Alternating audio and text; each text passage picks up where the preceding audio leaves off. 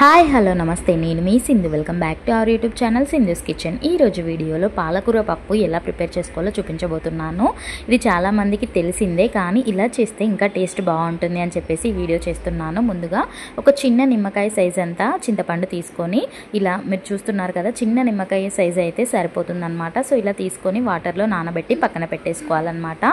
ఇప్పుడు ఒక కుక్కర్ తీసుకొని దాంట్లో ఒక కప్పు వరకు కందిపప్పు ఉంటుంది కదా, ఆ కందిపప్పు తీసుకొని శుభ్రంగా వాష్ చేసుకోవాలి.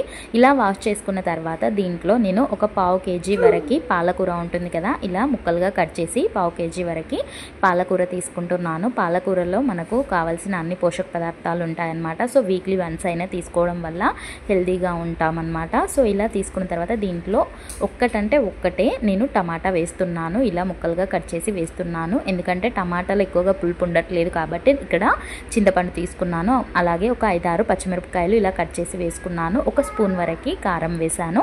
అండ్ టేస్ట్కి తగ్గట్టుగా సాల్ట్ కూడా వేసుకుంటే సరిపోతుంది. ఒకవేళ మీరు ఉప్పు తగ్గినా కూడా లాస్ట్లో కూడా వేసుకోవచ్చు. ముందే ఎక్కువ వేస్తేనైతే తినలేమన్నమాట. సో కొంచెం తక్కువే వేసుకోండి. అలాగే కొద్దిగా వాటర్ని యాడ్ చేసుకోండి. ఇది కొంచెం మునిగే వరకు వాటర్ని యాడ్ చేసుకుంటే సరిపోతుంది. ఇలా వాటర్ని యాడ్ చేసుకొని కుక్కర్ పెట్టేసి దానిపైన మూత పెట్టేసి, నేను చేసే ఇప్పుడు మా కుక్కర్ అయితే నాకు 2 to 3 విజిల్స్ అయితే సరిపోతుంది. మీ విజిల్కి మీ కుక్కర్కి ఎన్ని విజిల్స్ అనేది మీరు చూసుకోండి. అలా అంతా మాకు తెలియదు అనుకుంటే మొత్తం పప్పు అనేది మెత్తగా అయిపోవాలన్నమాట. సో ఆ స్టేజ్ వరకు మీరు కుక్కర్లో ఉడికించుకుంటే సరిపోతుంది. పప్పు, టమాటా, పాలకూర అంతా మెత్తగా అయిపోతుంది. సో ఇలా అయిన తర్వాత ఇదంతా చక్కగా నీట్గా కలిపేసుకోండి. ఇందాక మనం చింతపండు నానబెట్టుకున్నాం కదా, అది చింతపండు లేకుండా ఓన్లీ వాటర్ని మాత్రమే ఇందులో పోసుకోవాలి. సో ఇలా పోసి ఇదంతా చక్కగా కలిసేట్టుగా కలిపేసుకోవాలన్నమాట. కలిపేసుకొని ఇంకొంచెం కొద్దిగా వాటర్ని యాడ్ చేస్తున్నాను, ఎందుకంటే మనం కుక్కర్లో ఉడికించాం కాబట్టి అది మొత్తం స్టిక్కీగా అయిపోతుంది. అందుకని చెప్పేసి వాటర్ని ఎక్కువగా యాడ్ చేశాను.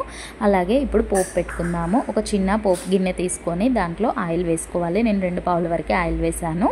మా పావు చిన్నగా ఉంటుంది కాబట్టి 2 పావులు వేసాను. మీరు కొంచెం పెద్దగా ఉంటే 1 వేసినా సరిపోతుంది. అలాగే ఆవాలు, జీలకర్ర వేయాలి.